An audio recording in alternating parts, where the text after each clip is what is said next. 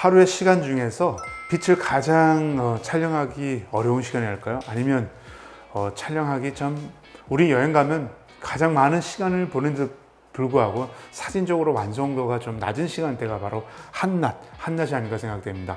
그래서 그림자도 짧고 하늘도 뭐 파란색 아니면 뭐 이런 색깔밖에 없기 때문에 좀 단조로운 시간대가 바로 이 한낮입니다. 그래서 여러분들이 근데 여행 갔을 땐 주로 아침 드시고 뭐 10시나 9시부터 시작해서 해질 무렵까지, 그리고 가장 뭐 시간대가 좋은 골든타임 같은 경우는 저녁 식사를 하거든요, 대부분. 또 그러다 보니까 우리가 갔을 땐 한낮밖에 시간이 없어요. 그래서 한낮 시간대는 빛이 뭐 순강이든 이렇게 촬영하기 가장 좋은 시간대에서 촬영은 쉽지만 자칫 찍으면 밋밋한 사진이 나오기 쉽다. 그렇기 때문에 이 시간대를 극복하는 방법과 그 다음에 그런 것을 좀 추가적으로 좀 설명드리도록 하겠습니다. 자칫 굉장히 밋밋할 이런 시간대는 우리가 발리 방법이 없습니다. 그래서 우리가 또 건축물 찍을 때 이렇게 좀 사람을 또 집어넣게 되면 건물의 크기 그런 것도 좀 할 수 있고요. 물론 이제 여기 있는 사람들이 일반 뭐 여행자가 아니라 현지 히잡을 쓰던 아니면 이슬람 종교적인 어떤 그런 좀 뭐랄까 분위기를 풍기는 그런 피사체이면 훨씬 더 사원의 느낌이 좀 다르겠죠. 어찌됐건 우리는 한낮에 가게 되면 이런 찍는 빛들은 대부분 태양이 장렬한 시간대이기 때문에 파란 하늘을 주로 찍을 수 있다. 이렇게 설명드릴 수 있겠습니다. 그래서 지금 계속되어지는 한낮의 시간에는 이런 똑같습니다. 여기는 이제 우리나라의 서산 간월도에서 촬영한 사진인데요. 이건 겨울에 할머니가 이렇게 이제 깨적이라고 하는 좀 뭐 이렇게 돗자리 발같이 생긴 방풍망을 해요. 그러니까 북서풍이 부는 겨울에 여기서 어리굴젓을 캐는데 너무 춥잖아요. 그래가지고 이 할머니나 이렇게 여자분들이 이렇게 깨적을 등에 지고 이제 북서풍을 맞으면서 여기서 전부 다 간월도에서 어리굴젓을 캐는 모습입니다. 여기 같은 경우도 한낮에 찍으니까 하늘은 파랗죠. 그래서 여러분들이 순강에 찍으니까 인물 피사체는 어때요? 우리가 뭐 어렵지 않게 빛을 찍기 때문에 사진에 뭐 어떤 완성도 높은 그런 사진은 아니지만 다만 피사체가 조금 더 독특하고 피사체가 나름대로 무엇인가 정보를 주려 하고 메시지를 주려 하고 그다음에 기록적이다 싶으면 이렇게 대낮에 찍어도 무리는 없다.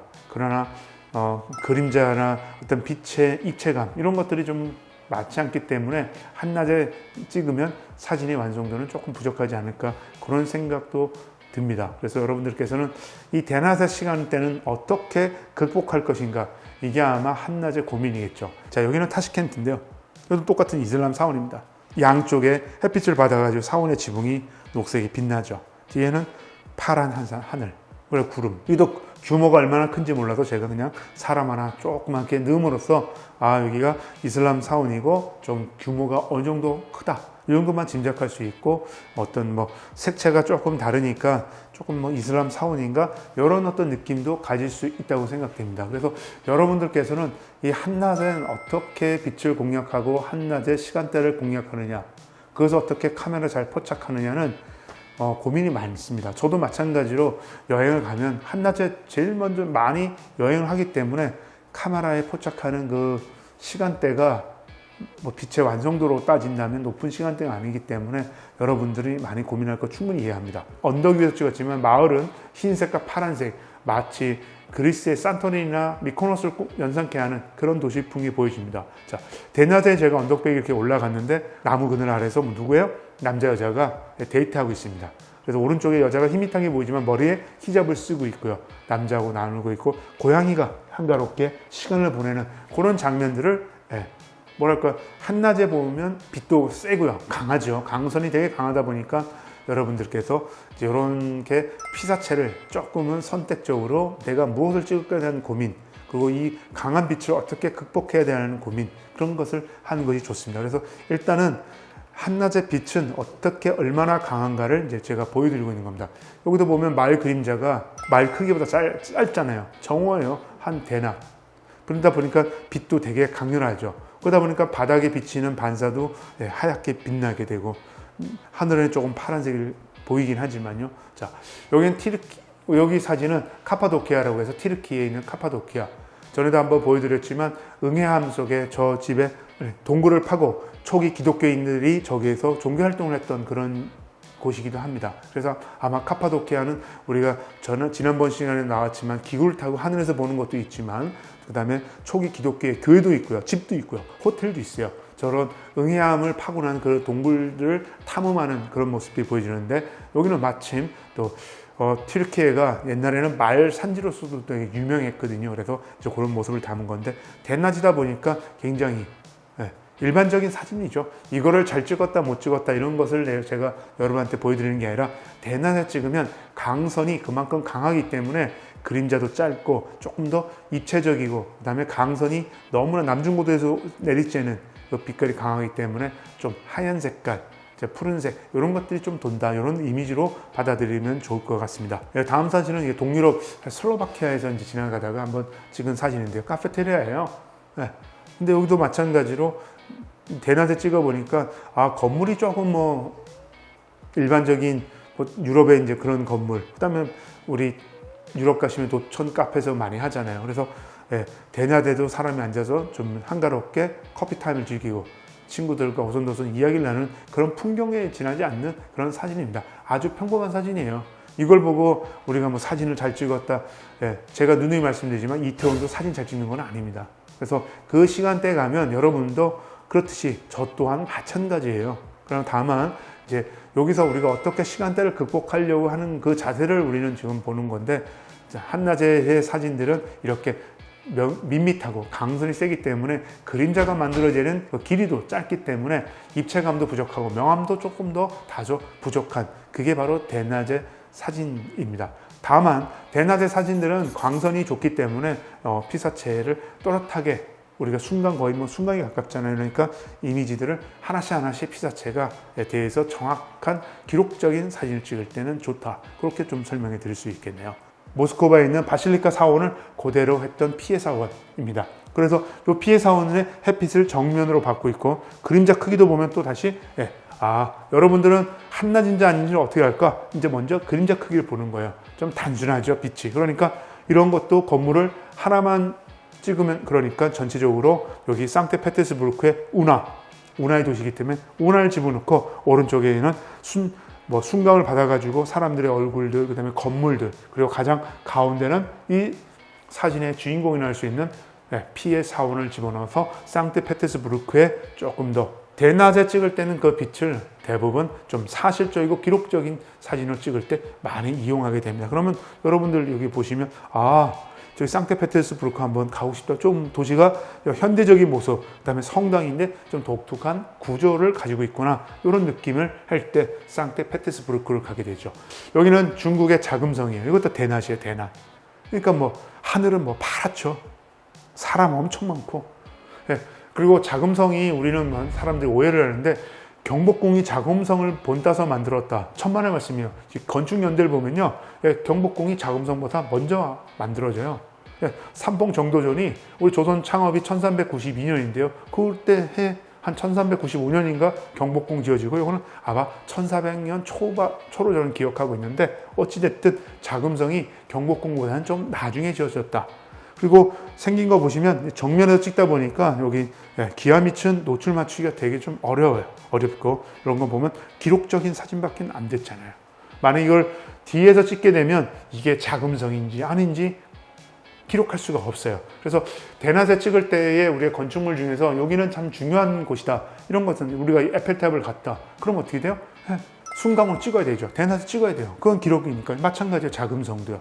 근데 우리가 이걸 만약에 역광으로 돌려서 건너편에 가서 이걸 찍게 되면 이게 경복궁인지 자금성인지 어떤 성인지 모를 분간이 안 갈 수도 있습니다. 그러니까 어때요? 대낮에 순간으로 찍고요. 이렇게 비슷한 것 또 하나 보여드릴게요. 자, 여기가 중국의 베이징의 북경에 있는 천달입니다. 지난 시간에 우리가 순강할 때 어떻게 보여드렸냐면요, 이 사진을 보여드렸어요. 제가 이게 순강이에요. 대낮에 찍은 똑같은 시간대에 갔어요. 제가 근데 달라진 거는 이거를 앞에 가서 찍느냐 뒤에 가서 찍는 건데, 자, 빛의 단조로움을 대낮에 똑같잖아요, 순강 때. 근데 이거를 한 걸음만 물러선 거예요. 물러서요. 똑같은 빛은 똑같아요. 빛은. 근데 한 걸음 불러서 가지고 이런 건축물 집어넣고 거기에 사람을 배치하니까 관광객도 많고 조금 더 여행지 같은 그런 느낌이 들죠. 자, 이거 보세요. 얼마나 더웠겠습니까, 이게. 여러분들 사진적으로 보면 이 사진이 조금 더 입체감도 있고, 그쵸? 빛이 그림자도 있고, 밝은 부분도 있고. 근데 대낮에 찍다 보니까 여기 안에 있는 피사체는 객관적으로, 사실적으로 찍을 수는 있어요. 근데 우리가 노출 맞추다 보니까 여기 있는 사람들은 손잡고 가는 뭐 부모님, 그리고 뭐 온 사람들, 이런 사람들이 실루엣으로 떠지니까, 그리고 또 빛을 받은 관광객들, 조금 더 풍성해 보이죠. 앞에 거 이거보다는 오히려 사진이 조금 다른 걸 느낄 겁니다. 그래서 같은 대낮인데도 우리가 조금 내가 몸을 앞으로 가서 찍을 거야, 뒤로 찍을 거냐, 피사체를 어떻게 대상을 찾아가지고 찍을 거에 대한 고민들은 여러분들의 몫인 거죠. 그래서 순간 판단해서 내가 대낮에 갔는데 요 빛은 어쩔 수 없이 기록할 수밖에 없다. 그러면 여러분은 어떻게 찍으시겠습니까? 이렇게 찍으시겠어요? 이렇게 찍으시겠어요? 제 개인적인 입장이라면 이런 사진들이 조금은 볼거리를 더 제공하잖아요. 그렇죠? 사람이 들어가기 때문에 또 크기도 들어가고. 그래서 여러분들께서 대낮에 찍을 때는 어떻게 한다? 피사체를 이용할 수 있는 방법을 무엇인가 끌어들여야 된다. 어떻게? 프레임 안쪽으로. 그런 것들을 한번 또 드릴게요. 자, 요것도 똑같은 기법이에요. 요거 창덕궁 문에서 찍은 사진인데요. 요 가운데 있는 게 저게 북한산 보현봉이에요. 보현봉. 그래서 안에 들어가면 여기 가을 은행나무하고 회화나무, 그 사이에 보현봉만 찍을 수 있죠. 근데 거기를 한 걸음 해서 여기에 있는 대들보, 단청들이 지금 잘 보이실지 모르겠지만 궁궐 안쪽에서 문에서 집어넣는 것을 천단처럼 찍은 거예요. 이런 거는 우리가 얼마든지 뭐 거리를 조정해서 찍을 수 있는 그런 모습이다. 그래서 대낮에 찍으면 이런 모습이 나온다. 조금 더 사실적인 기록하는데 순간에 좀 가깝게 찍는다. 그러다 보니까 입체감과 명암법과 그림자 이런 것들이 없어서 좀 단조로운 사진이 되기 쉽다.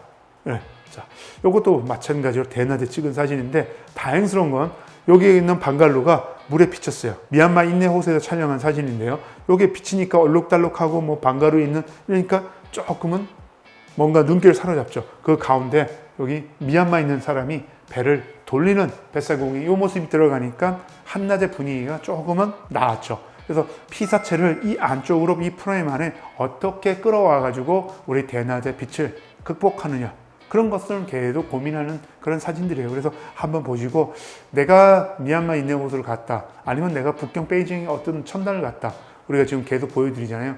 우리는 여행하면 일반적으로 뭐 패키지 여행을 가신 분들은 대부분 그 시간대에 그 장소에 갈 수밖에 없어요. 왜? 아침에 7시, 8시에 밥 먹고 출발 시간이 비슷해요. 도착하면 낮이에요.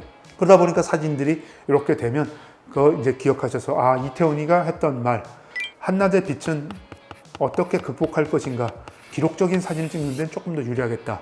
뭔가 좀 입체적인 거 아니면 조금 더 볼거리, 이런 것을 다양한 걸 담기 위해서는 이렇게 피사체를 잡고 프레임 안속에 집어넣어서 한낮의 빛을 극복해야 되겠다. 이렇게 자꾸 명심하면 좋을 것 같습니다.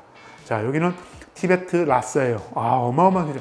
달랄라마가 지금의 그 인도 레로 망명하기 전까지 살았던 겨울궁전입니다. 이게 높이가 120m 정도, 길이가 한 400m가 돼요. 어마어마하게 큰 돌산 위에 지은 곳이에요. 옛날에 요 계단으로 올라가면, 이쪽으로 이렇게 올라가시는데, 올라가면 화장실이 하나 있어요. 기억나는 게.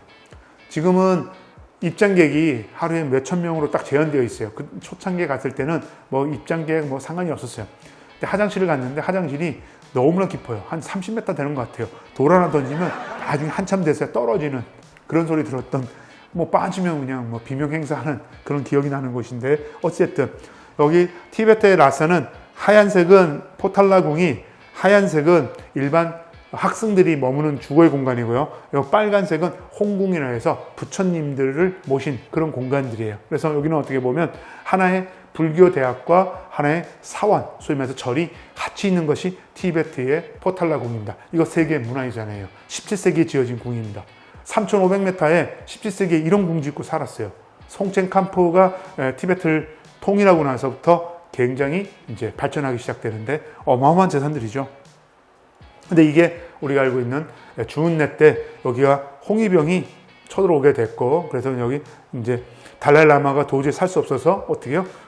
티베트 라사에서 출발해서 인도 다람살라까지 이제 망명길에 오르게 됩니다. 지금 현재 여기 보면 5성기인 중국인들이 여기를 지배하고 있어요. 이 강정은. 네, 좀 아이러니한 게 우리가 알고 있는 베이징에 있는 북경에 있는 강정 있잖아요. 우리가 여기도 마찬가지고 중국의 큰 강장은 천안문 강장하고 여기 라사 강장은 앉을 수가 없어요. 이상하게 중국 사람들은 법을 여기에 뭐 앉아가지고 뭐 좀 시간을 보내는 그런 거 안 돼요. 서서 움직여야 되는 그런 공간들로 좀 기억하고 있는데 어찌됐든 이 티베트 라사도 마찬가지로 순강이었고 대낮에 찍는데 다행스러운 건 하늘이 파랗더라고요. 그 뒤로 구름이 걸려서 제가 반은 하얀색, 반은 파란색으로 이제 그 시간대를 좀 극복하기 위해서 이렇게 잡아본 사진인 겁니다.